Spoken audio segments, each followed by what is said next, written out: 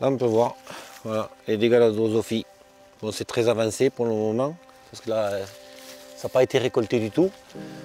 Mais la semaine dernière, c'était impressionnant. Voilà. On voit bien les piqûres de l'insecte et qui nous a anéanti la récolte. Tout ça impropre à la consommation.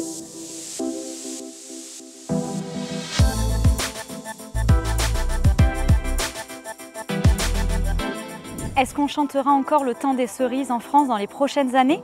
La question peut vous étonner et pourtant, les cerisiers français sont attaqués par un prédateur, la Drosophile Suzuki.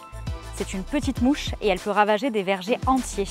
Aujourd'hui, il n'existe que très peu de solutions pour lutter contre sa propagation et la France pourrait donc se retrouver demain sans aucun cerisier. Cette situation alarmante se retrouve aussi du côté des noisetiers.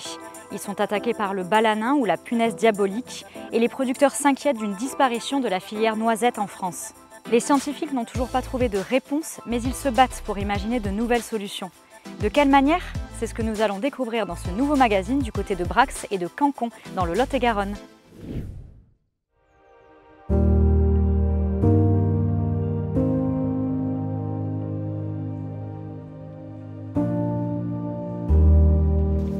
À la veille de la récolte, la mouche, la drosophile peut arriver, elle pique le fruit, elle pond une petite larve à l'intérieur du fruit. Et après, c'est impropre, le fruit il est tout mou, il est tout collant. Donc voilà, après on peut pas récolter, on peut plus ramasser le fruit. Dès que c'est piqué, on ne peut plus ramasser le fruit. Ça reste sur l'arbre et c'est aux oiseaux de manger ce qu'ils veulent manger, puis autrement ça tombe au sol, c'est perdu, complet. C'est un tout petit moustique qui fait entre 3 et 4 mm de longueur, qui est presque invisible à l'œil nu. C'est une mouche qui a été importée depuis 10 ans, qui nous enquiquine de plus en plus. C'est une mouche qui fait très mal à la production. Là, vous voyez, là, il y a celui-là et l'autre rang à côté, on n'a rien récolté. Du tout. Le fruit, donc voilà. On a voulu essayer d'économiser peut-être un traitement, mais voilà le résultat.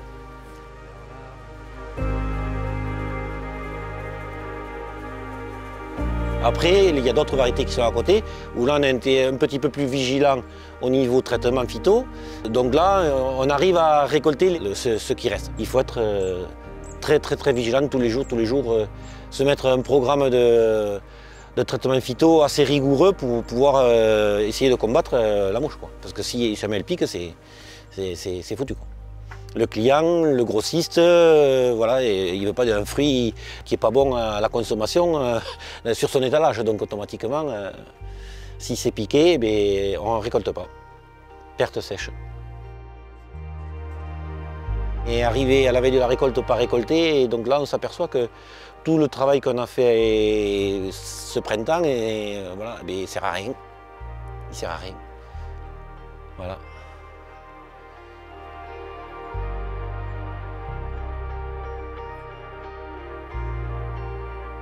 Il existe des traitements, mais qui sont de plus en plus doux et je dirais presque inefficaces. On avait certaines molécules autrefois qui étaient un petit peu plus puissantes et qu'aujourd'hui on ne bénéficie plus. La réglementation française supprime pas mal de molécules tous les ans. Et donc on est un petit peu démunis au niveau de la protection phyto. On aimerait traiter peut-être avec un produit plus fort, mais moins souvent, et que passer avec des produits plus légers et très souvent.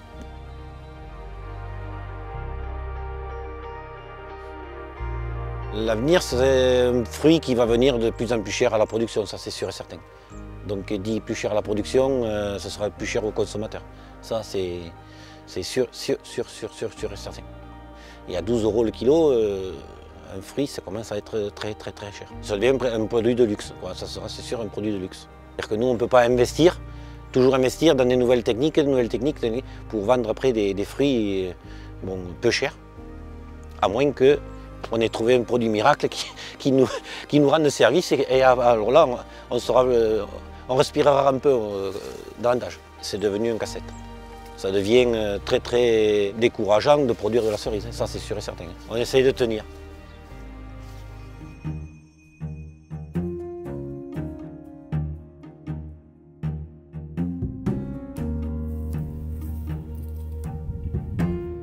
Sur le verger de noisetier, on a deux principaux ravageurs. Le premier, c'est le baladin de la noisette. C'est un ravageur qui est connu depuis toujours sur la production de noisettes. C'est un petit charançon qui vient en début de campagne, qui vient piquer pour se nourrir sur les pédoncules des noisettes. Et un peu plus tard en saison, il vient pondre à l'intérieur de la noisette. Il vient pondre sa larve, qui se développe en consommant l'amandon qui est à l'intérieur de la coquille. Et après, qui sort de la noisette, c'est ce qui fait les petits trous qu'on voit caractéristiques dans les noisettes. Et il va s'enterrer dans le sol pour passer l'hiver. Et il ressort 2, 3, et jusqu'à plusieurs années après, il ressort de terre pour aller redémarrer un cycle. Le deuxième ravageur qui est là pour le coup présent sur le territoire que depuis une grosse dizaine d'années, c'est la punaise, notamment la punaise diabolique, qui elle, comme le baladin, va faire des piqûres de nutrition. Par contre ne pompe pas dans la noisette, mais va se servir de la noisette pour se nourrir et du coup soit créer une chute du fruit, soit attaquer la qualité du fruit et du coup la noisette est plus comestible. Les moyens qu'on a, c'est des moyens de lutte phyto. On a des panels de produits de plus en plus restreints. Aujourd'hui, on n'a plus qu'une seule matière active, qui est un produit moins efficace que ce qu'on connaissait par le passé, qui nous impose des passages plus réguliers avec une efficacité moindre. Et voilà, on est suspendu à une seule matière active aujourd'hui. Pour l'instant, il n'y a pas d'autre moyen de lutte que ce moyen-là. Nous sommes à un vrai virage, puisque le politique nous demande de produire propre, sain, en respectant l'environnement. Depuis quelques années, on voit bien que la politique est de réduire l'usage du phyto. Nous, on est très inquiets parce que, comme le disait Mathieu, on n'a plus qu'une molécule qui s'appelle la lambda-cyhalotrine, qui nous dit que demain, l'Europe ne la suspendra pas, ou même la France. C'est un vrai virage pour nous. Si on n'effectue pas ce traitement, le baladin détruit 80% de la récolte et la punaise peut avoir des attaques jusqu'à 30%. Donc la filière est un vrai enjeu. C'est les questions que se posent nos adhérents et les agriculteurs d'une façon plus large. Comment je fais demain ? Le gros questionnement, c'est même pas si ça va sortir, c'est quand est-ce qu'on va plus avoir de solution. Sur la coopérative et avec la NPN notamment, ça fait 30 ans qu'on travaille sur le baladin, sur des recherches de solutions autres que du phyto. Ça prend énormément de temps, il y a des avancées régulièrement, mais aujourd'hui on n'a pas de solution concrète.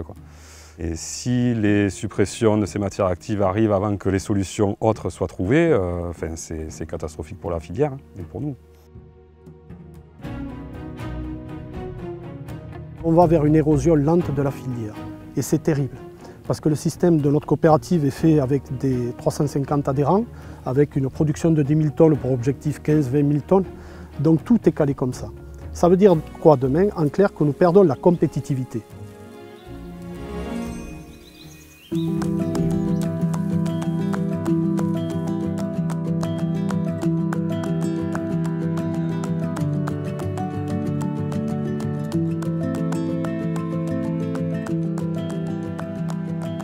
Au sein de la NPN, je suis chargé d'étudier le baladin à la noisette. C'est un insecte très particulier parce qu'on ne peut pas l'élever en laboratoire, contrairement à d'autres insectes qu'on peut élever, pour lesquels on va faire des expériences pendant longtemps. Donc l'objectif de nos recherches, c'est de trouver des solutions alternatives aux insecticides et ça passe par l'écologie chimique. Alors l'écologie chimique, c'est l'étude des composés qui vont être utilisés par les insectes pour notamment reconnaître la plante. Donc ces composés-là, on va les retrouver en produits de synthèse et ils vont participer à la fabrication en fait, d'une odeur artificielle de la noisette. Et c'est à partir de ces attractifs-là qu'on espère en fait, attirer les insectes dans des pièges ou créer une confusion pour plus que l'insecte puisse reconnaître sa noisette du reste de l'environnement.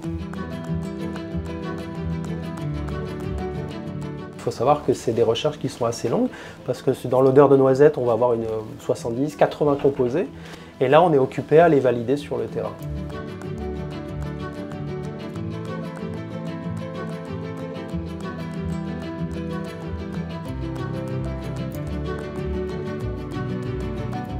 Mon travail, c'est de mettre en place un procédé de lutte biologique pour réguler les populations de la punaise diabolique, qui est une punaise qui est invasive dans le Lot-et-Garonne depuis 2015-2016. Et donc le processus de lutte biologique, ça fait intervenir des prédateurs naturels d'un ravageur donné, donc là on est sur la punaise. Et les prédateurs principaux des punaises, ce sont ce qu'on appelle des parasitoïdes oophages, c'est des parasitoïdes qui vont pondre leurs œufs dans les œufs de la punaise et donc qui vont la tuer en se développant à la place de la larve de punaise. Donc on a un intérêt au niveau de la régulation du ravageur puisqu'il va être tué dans l'œuf et qui donc ne va pas occasionner de dégâts à la culture puisqu'il n'aura pas le temps de devenir une larve puis un adulte.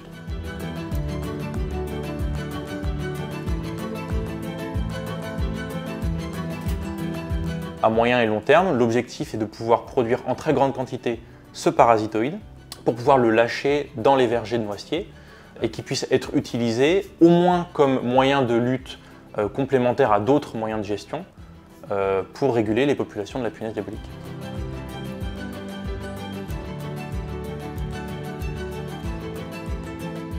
Il est difficile de se projeter dans le futur et de mettre une date précise pour laquelle le producteur aura une solution clé en main.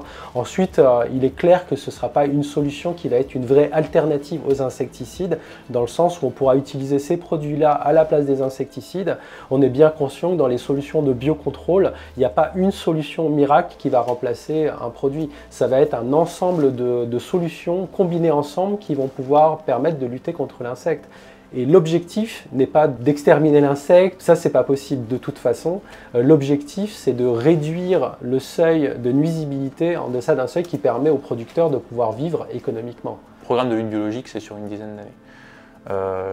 L'objectif là, c'est de pouvoir proposer une solution qui est durable, donc on fait un pari sur le long terme, de dire on investit les moyens de recherche pour mettre à jour de nouvelles pratiques de gestion.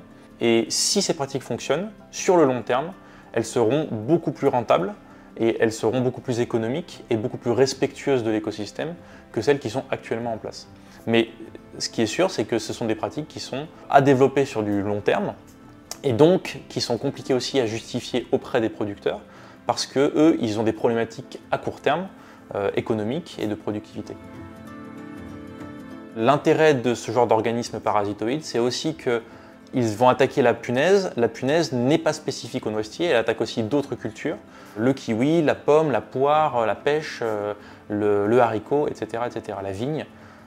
Et donc le développement de cet outil de lutte biologique dans le cadre des recherches de la NPN et de la production de noisettes, eh bien, ça va aussi servir pour d'autres cultures. La problématique est commune à plusieurs cultures.